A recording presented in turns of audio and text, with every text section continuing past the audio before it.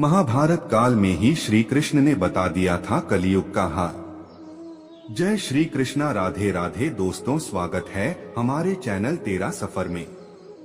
तो दोस्तों, सुनने से पहले आप कहीं शांत जगह पर बैठ जाएं और ध्यान से सुनें। दोस्तों, महाभारत के समय की बात है। पांचों पांडवों ने भगवान श्री कृष्ण से कलयुग के बारे में चर्चा की और कलयुग के बारे में विस्तार से पूछा व जानने की इच्छा जाहिर की कि कलयुग में मनुष्य कैसा होगा, उसके व्यवहार कैसे होंगे और उसे मोक्ष कैसे प्राप्त होगा।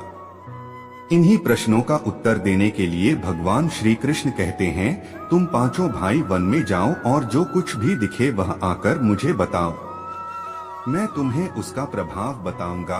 पांचों भाई वन में गए। युधिष्ठिर महाराज ने देखा कि किसी हाथी की दो सूंड है। यह देखकर उसका आश्चर्य का पार न रहा। अर्जुन दूसरी दिशा में गए। वहां उन्होंने देखा कि कोई पक्षी है, उसके पंखों पर वेद की ऋचाएं लिखी हुई हैं, पर वह पक्षी मुर्दे का मांस खा रहा है। यह भी आश्चर्य है। भीम ने तीसरा आश्चर्य देखा कि गाय ने बछड़े को जन्म दिया है और बछड़े को इतना चाट रही है कि बछड़ा लहूलुहान हो जाता है। सहदेव ने चौथा आश्चर्य देखा कि 6-7 कुएं हैं और आसपास के कुओं में पानी है, किंतु बीच का कुआं खाली है। बीच का कुआं गहरा है, फिर भी पानी नहीं है। पांचवे भाई नकुल ने भी एक अद्भुत आश्चर्य देखा कि एक पहाड़ के ऊपर से एक बड़ी शिला लुढ़कती लुढ़कती आती और कितने ही वृक्षों से टकराई, पर उन वृक्षों के तने उसे रोक न सके। कितनी ही अन्य शिलाओं के साथ टकराई, पर वह रुक न सकी। अंत में एक अत्यंत छोटे पौधे का स्पर्श होते ही वह स्थिर हो गई। पांचों भाइयों के आश्चर्यों का कोई पार नहीं रहा।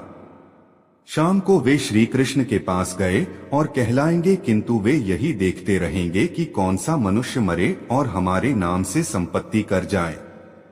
संस्था के व्यक्ति विचारेंगे कि कौन सा मनुष्य मरे और संस्था हमारे नाम से हो जाए।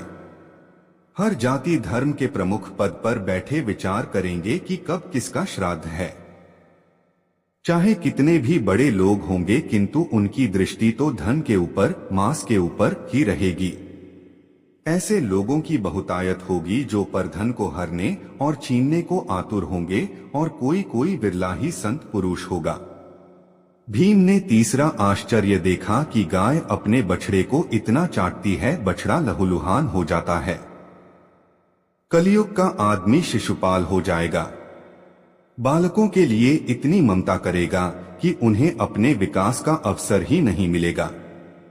किसी का बेटा घर छोड़कर साधु बनेगा तो हजारों व्यक्ति दर्शन करेंगे, किंतु यदि अपना बेटा साधु बनता होगा तो रोएंगे कि मेरे बेटे का क्या होगा।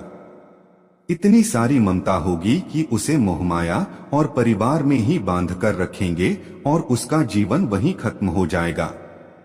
अंत में बेचारा अनाथ होकर मरेगा। वास्तव में लड़के तुम्हारे नहीं हैं, वे तो बहुओं की अमानत हैं। लड़कियां जमाइयों की अमानत हैं और तुम्हारा यह शरीर मृत्यु की अमानत है। तुम्हारी आत्मा परमात्मा की अमानत है।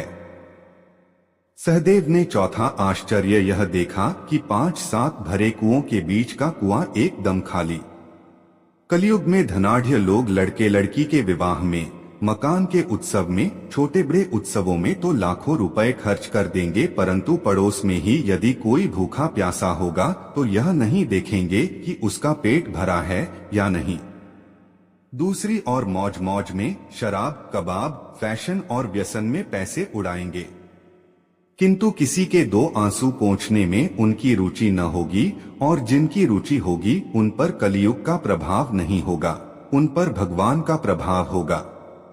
पांचवा आश्चर्य यह था कि एक बड़ी चट्टान पहाड़ पर से लुढ़की, वृक्षों के तने और चट्टाने उसे रोक न पाए, किंतु एक छोटे से पौधे से टकराते ही वह चट्टान रुक गई।